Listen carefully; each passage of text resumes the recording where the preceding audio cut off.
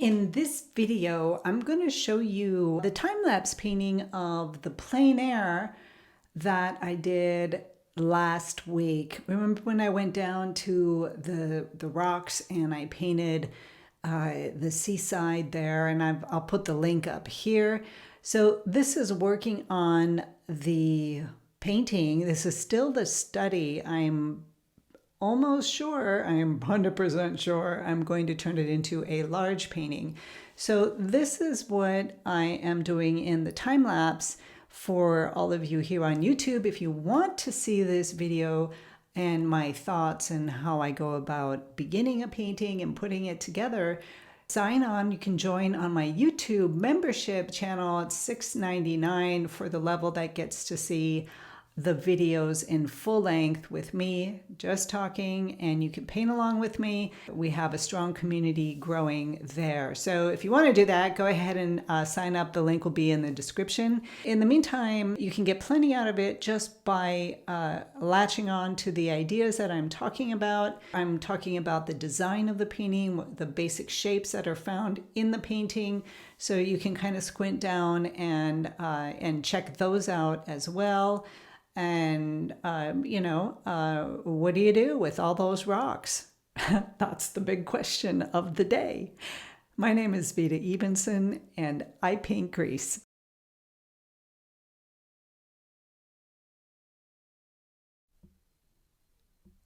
So, coming back to this painting, I'm going to be adding liquid. And I'm just going to brush it all over the top, cleaning out my little jar and getting some new liquid in it. And basically talking about staying minimal in your products. You don't need to go overboard. Just brushing over the top, and I don't add any more after that.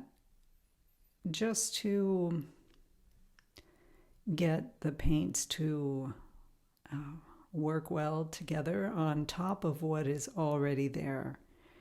And I'm thinking about this dark side with the rocks in front. And, in the actual scene, there are so many rocks. And what do you do with that? Do I copy the scene as it is exactly? Or do I kind of use this scene ahead of me and create my own rock pattern to support what it is that I want to paint, what I'm trying to do? So I'm moving the rocks beyond the middle point and to create a circular kind of pattern. And using a cooler, more violet purple color for the this little wavelet that is capsizing here in the shadow part of this painting. And if you squint down and look at it, we want to get various large shapes. And here in this painting, I'm working a lot with triangles and also vertical rectangles. So it's one is working into the other right now in this dark shape, which is the rock area, but also including the water that is in shadow. And squinting down at it, it's basically a triangular shape. It's a little bit less than half of the painting, which is okay for me. That works.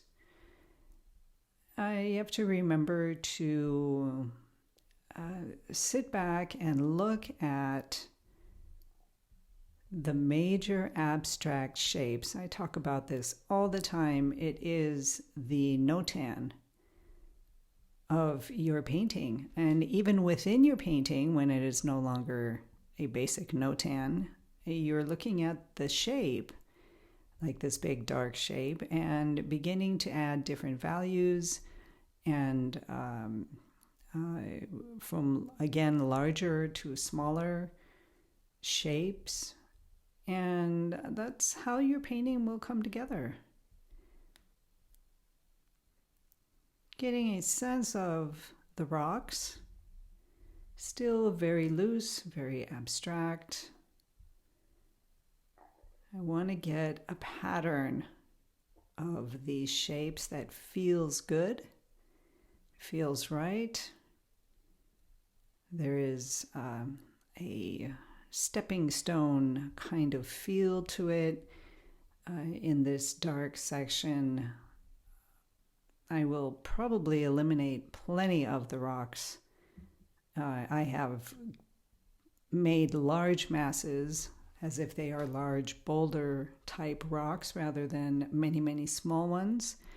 And, I like doing that. And as an artist, you have the ability to do that. And it is almost asked of you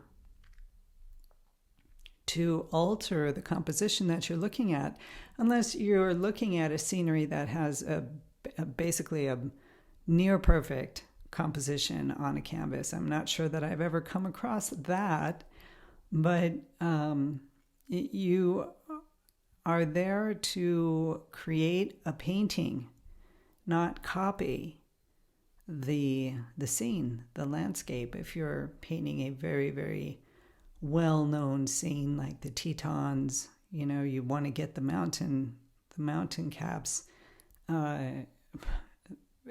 as they are, but there are areas around that you can alter and adjust to make your composition work better.